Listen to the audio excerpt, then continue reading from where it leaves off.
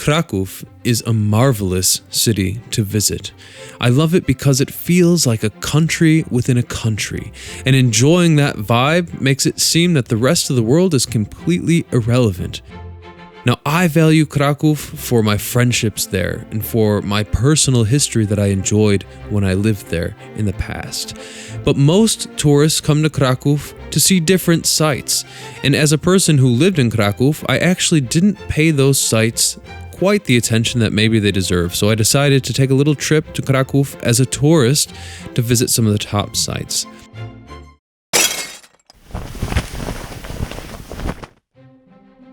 So I started my trip at Vistula Castle, and I tried to find the magic of the castle. Now, it's so well renovated and intact that it's a little bit hard to capture the real old school spirit of the place, but I won't lie to you, when I went down to the fire-breathing dragon, I was a little bit mesmerized by the cave that was standing behind it, and it made me wonder what is under Vistula Castle, what mysteries lay inside of this place.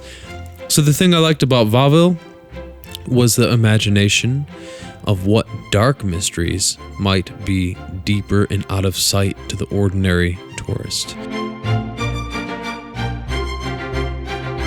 And then I went to visit St. Mary's Cathedral. And the first thing that stood out was the lack in symmetry between the towers. And this obviously was intentional. I heard that there are different stories about architects running out of bricks and not being able to complete it, but all the same, it makes the cathedral look very, very imposing and a little bit menacing. So I think that that's a good way to describe Krakow in general, as a very imposing and menacing, beautiful place. The Cloth Hall was really, really nice, full of gadgets, things that you could buy for your children or maybe some visitors. But other than a quick stroll through, I wasn't really too moved. I wouldn't really be rushing back there anytime soon. The Florianska Gate was indeed magical, and I loved the paintings that were on the wall there that tourists could buy and take home, their own little piece of the old spirit of Kraków. This was really, really a cool thing, and tourist traps like that get a bad rap, and I understand why. It might be overpriced, it might be very gimmicky, but it is novel to think that if I live somewhere in the middle of Wisconsin, for example, and I have my once-in-a-lifetime trip to Kraków, that I could take home a souvenir that was once standing on the wall of the Florianska Gate. That's really pretty cool. And then I visited what's known as the Church on the Rock, and this is a really cool sanctuary in the middle of the city, actually in the Jewish region Kazimierz, and it is very, very pure and clean and beautiful looking, yet at the same time it's open for the public to walk through, which I thought was really pretty unique and nice opportunity.